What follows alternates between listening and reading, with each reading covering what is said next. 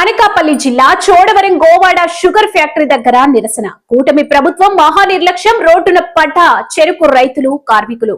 Govada sugars వద్ద 4వ రోజుకు చేరుకున్న నిరసన, అర్ధనగ్న దీక్షలు. అధికార కూటమి ప్రభుత్వం పాలకులు, అధికారుల నిర్లక్ష్యంతో ప్రతిష్టాత్మకమైనది.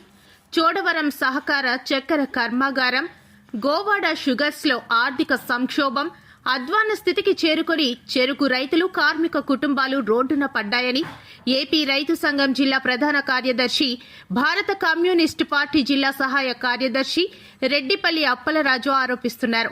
ఈ ఏడాది చెరుకు క్రషింగ్ జరపాలని, పాత బకాయిలు చెల్లించాలంటూ అఖిల పక్షాలు, రైతు, కార్మిక, వ్యాకు, ప్రజా సంఘాలు ఆధ్వర్యంలో చేపట్టిన దీక్షలు శనివారం 4వ రోజుకు చేరుకున్నాయని రెడ్డిపల్లి తెలియజేశారు. నిరసనలకు ప్రధాన భూమిక పోషిస్తున్న కార్మిక, కర్షక నాయకుడు రెడ్డిపల్లి మాట్లాడుతూ, అత్యధిక వ్యవసాయాధారిత ప్రాంతమైన చోడవరం, మాడుగుల, నర్సీపట్నం నియోజకవర్గాల్లోని సుమారు 2 లక్షల మందికి పైగా జీవనోపాధిని పొందుతున్న గోవాడ షుగర్స్ లో చెరుకు క్రషింగ్ జరపకుండా ఈ ప్రాంతంలో పండిన చెరుకుని పాలకొండ ఫ్యాక్టరీకి తరలించవద్దనే డిమాండ్తో శనివారం నేల మీద కూర్చుని అర్ధనగ్న ప్రదర్శనతో నిరసన కార్యక్రమాన్ని చేపట్టినట్లు తెలిపారు.